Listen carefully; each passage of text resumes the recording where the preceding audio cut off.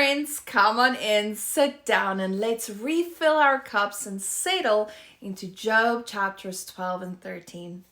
Today we get Job's longest response yet to his three friends, and honestly, he's done listening to them. I love how real he gets. So pull up a chair. I'm so glad that we are here together. Job basically looks at Eliphaz, Bildad, and Zophar and says, wow, you guys must know everything. I guess when you die, wisdom dies with you too. That's Job 12:2, and he slaps sarcasm on thick. He's frustrated because they keep repeating the same old arguments over and over. There's nothing new, nothing helpful. At this point, he decides he'd rather talk straight to God than keep going back and forth with these so-called friends. He tells them plainly, you don't understand why I'm suffering. And guess what? I don't fully understand it either. But I do know one thing. You're wrong about the reason. You keep saying it's because of some hidden sin, and it is not.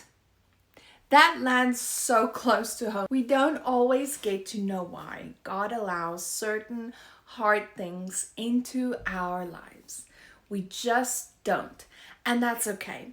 We don't have to have all the answers always.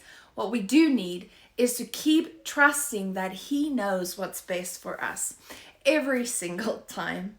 Isaiah 40 reminds us that He calls every star by name and not one is missing. Romans 8:28 promises that God is working all things together for the good of those who love Him.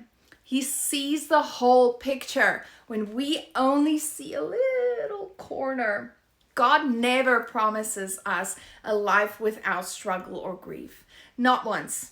But He did promise to use both the good and the hard moments to draw us closer to Him. The world, it will let us down every single time. People will disappoint us. Circumstances will change. But God never disappoints. He takes whatever comes, joy or pain, and He uses it for our good and His glory, if we will just surrender and trust Him. Job goes on defending himself, and he compares his friends to doctors who have no idea what they are treating. A lot of what they say about God is actually true in general. God is powerful. He does bring down the proud. He does care about justice, but they are trying to force those truths onto Job's situation, like a cardiologist attempting to do brain surgery. Wrong speciality. Yes, sin can bring suffering. It does. That's real. But that's not what's happening here in Job's situation, and Job knows it. So then comes one of the most powerful lines in the whole book that will give you chills. Job looks straight at the suffering, straight at the possibility of death, and says, though He slay me, yet I will trust in Him. Job 13:5. Doesn't that give you absolute chills? It gives Shadrach, Meshach, and Abednego vibes when they tell the king, even if God doesn't rescue us from the fire, we still will not bow. Job is saying, I'm willing to go through this even if it kills me, and I'm still going to trust God. I'm betting my life that He will not fail me. We know from the New Testament that Job is right. Romans 8 makes it crystal clear to us. No matter what hardship, pain, persecution, or loss we face in this life, nothing, absolutely nothing can separate us from God's love in Christ Jesus. We are more than conquerors through Him who loved us. Romans 3:37-39. He will never abandon us. He will carry us through every single valley if we keep trusting in and leaning on Him. If you're in a season where trust feels hard, where the why is loud and the answers are quiet, Job gets it.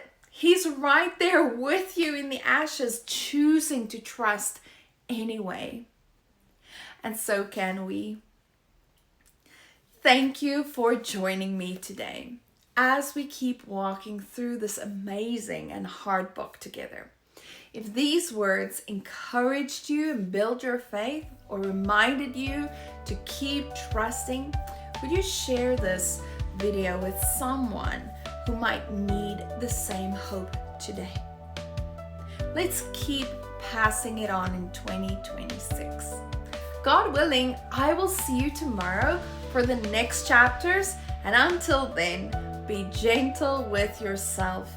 Keep holding on to Christ and know that you are deeply, deeply loved. Shalom, shalom.